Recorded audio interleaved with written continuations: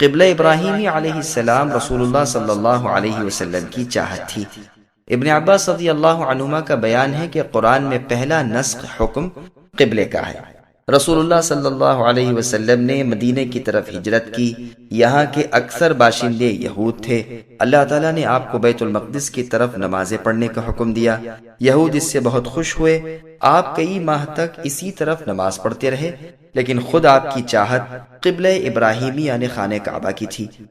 آپ اللہ سے دعائیں مانگا کرتے تھے اور نگاہیں آسمان کی طرف اٹھایا کرتے تھے۔ بالآخر آیت قد نرى تقلب وجهك نازل ہوئی۔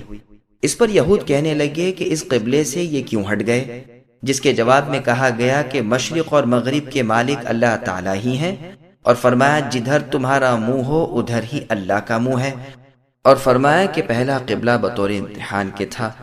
اور روایت میں ہے کہ رسول اللہ نماز کے بعد اپنا سر آسمان کی طرف اٹھائے ہوئے تھے۔ اس پر یہ آیت اتری اور حکم ہوا کہ مسجد حرام کی طرف، کعبے کی طرف، میزاب کی طرف منہ کرو۔ جبریل علیہ السلام نے امامت کرائی۔ عبداللہ ابن عمر رضی اللہ عنہما نے مسجد حرام میں میزاب کے سامنے بیٹھے ہوئے اس آیت مبارکہ کی تلاوت کی اور فرمایا میزاب کعبہ کی طرف رخ کرنے کا حکم ہے۔ یہ روایت مستدرک حاکم کی ہے۔ امام شافعی رحمہ اللہ کا بھی ایک قول یہ ہے کہ عین کعبے کی طرف توجہ مقصود ہے، اور دوسرا قول آپ کا یہ ہے کہ جہت کعبہ کی ہونا کافی ہے، اور یہی مذہب اکثر ائمہ کرام کا ہے۔ علی رضی اللہ عنہ فرماتے ہیں مراد اس کی طرف ہے۔ ابو العالیہ، مجاہد، اکرمہ، سعید بن جبیر، قتادہ، ربیع بن انس وغیرہ رحمۃ اللہ علیہم کا بھی یہی قول ہے۔ ترمذی کی ایک حدیث میں بھی ہے کہ مشرق و مغرب کے درمیان قبلہ ہے۔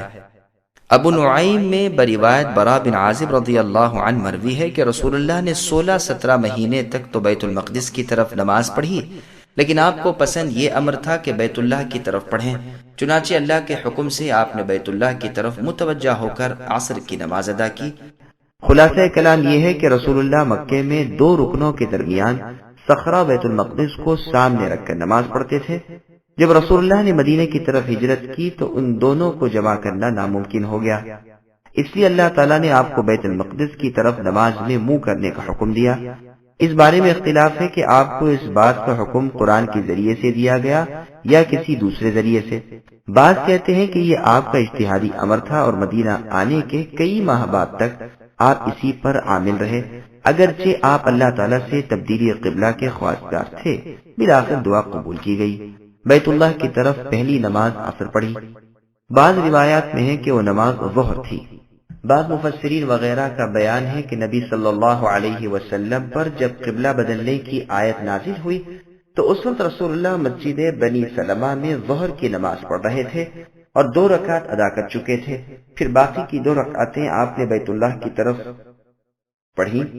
اسی وجہ سے اس مسجد کا نام ہی مسجد القبلتین یعنی 2 قبلے والی مسجد ہے۔ نویلہ بنت مسلم رضی اللہ عنہ فرماتی ہیں کہ ہم ظہر کی نماز میں تھے جب ہمیں یہ خبر ملی اور ہم نماز ہی میں گھوم گئے۔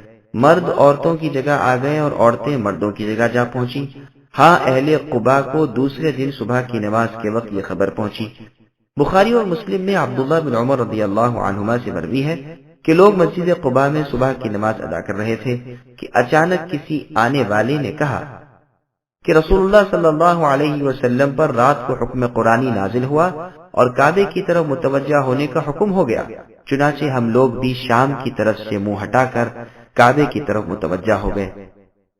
اس حدیث سے یہ بھی معلوم ہوا کہ ناسخ کے حکم کا لازم ہونا اس وقت ہوتا ہے جب اس کا علم ہو جائے، گو وہ حکم پہلے ہی نازل ہو چکا ہو، کیونکہ اس لیے کہ ان حضرات کو عصر، مغرب اور عشاء کے لوٹانے کا حکم نہیں ہوا۔